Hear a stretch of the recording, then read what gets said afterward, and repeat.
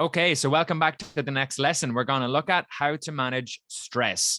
I'm Vitamin P Coaching, and thank you for watching this session. There's 4 parts to this, and we can go into more detail in a future video, but I wanted to give you something to get started. Really, it's which type of stress are you feeling? We're going to look at why stress isn't always a bad thing. We're going to look at how to handle 2 variants of stress, and then what to focus on to handle stress. So let's look at the first one. Which type of stress are you currently feeling?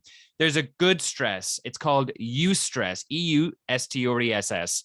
And this is where the stress is challenging, but you also have the skills and capabilities to handle this. So this, let's say, if you're a public speaker and you're speaking in front of 1,000 people every day, and you're given an opportunity to speak in front of 100 people, it's well within your skill set and your capability to speak in front of that group. So that's kind of good stress. You still have to prep, you still have to be kind of ready for that and perform, but it's not challenging you too much. The other stress is this normal stress where we've taken on maybe too much for us to handle, and we don't yet have the skills and capability to be able to handle that. Or it's where stress has built up to such a point where we haven't yet recovered, and so it's just building up and it's becoming overwhelming. So they're roughly the 2 types of stress. Stress isn't always a bad thing. Too little stress, and I'll show you a chart of this. If you send me a message, I'll send you the picture of it. Too little stress will make you bored. If you are able to speak to 1,000 people, again, let's use that example, and you're given a talk in front of 10 people, it's not that stressful. You might be bored because it's not really the same type of challenge to you in your mind or to your skill set. Too little stress won't test that skill set or your capabilities. And too little stress probably means you're not growing or developing. So stress actually, to a certain point, helps you feel engaged with the task. It makes you feel more kind of present. So in that flow state that Mihai Csikszentmihalyi would talk about, it also helps you develop your skills and refine and hone them. And it also tests your commitment to your purpose. So if you weren't tested or stressed with certain things, you wouldn't ever have to be tested whether this is actually what you want to commit to. So the right amount of stress tests your commitment, and that's a really useful reminder. We sometimes forget about this.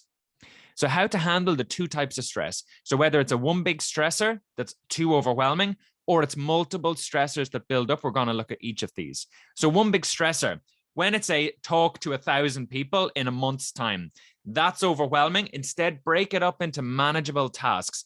Pace yourself. Be patient with the journey and ticking off the tasks. Slow down. Be more patient with ticking off those tasks rather than being too intense and burning out. So you take small and consistent action and you break down that overall stressor into more manageable chunks, and that will make a difference to your progress and decrease stress. The second is these multiple stressors that build up. This leads to overwhelm.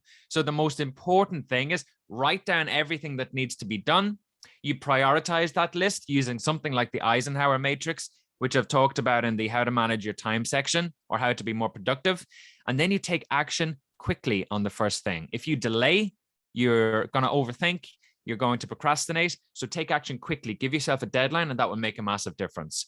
So you break down again all of those tasks into the next thing and you prioritize, and then you make progress, and then you feel better, you feel less stressed. And you've also kind of taken it from, I must become really good at all of these things, to I need to become really good at this next task.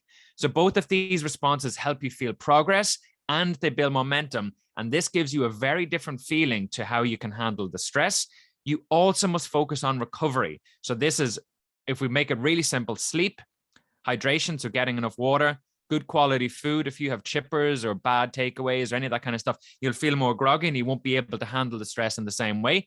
Time in nature decompresses your mind. It sends different chemicals to your brain. It makes a massive difference. And also breathing. I've read a book on breathing by James Nestor. If you want to summarize it in one sentence, it's breathe in for 5, out for 5, through your nose. And I can explain the science about that in a future video if it's helpful. And then it's also then about what to focus on when you handle stress. So focus on prioritizing your task list. So that's breaking down all the things you need to do into a prioritized list. Focus on your ability to handle that next thing on the list, rather than focusing on, I need to worry about and I need to solve all the things on the list. Just narrow it to the first thing. Remember to look back and focus on the progress that you're making. And so that'll increase your sense of how you're making sense of your ability to handle stress. Focus on your recovery, sleep, hydration, good quality food, time in nature, and breathing. This helps your physiology settle and will put you in a better place to be able to handle that stress. So again, how will you use some of that to help your ability to handle stress? I'll see you in the next lesson.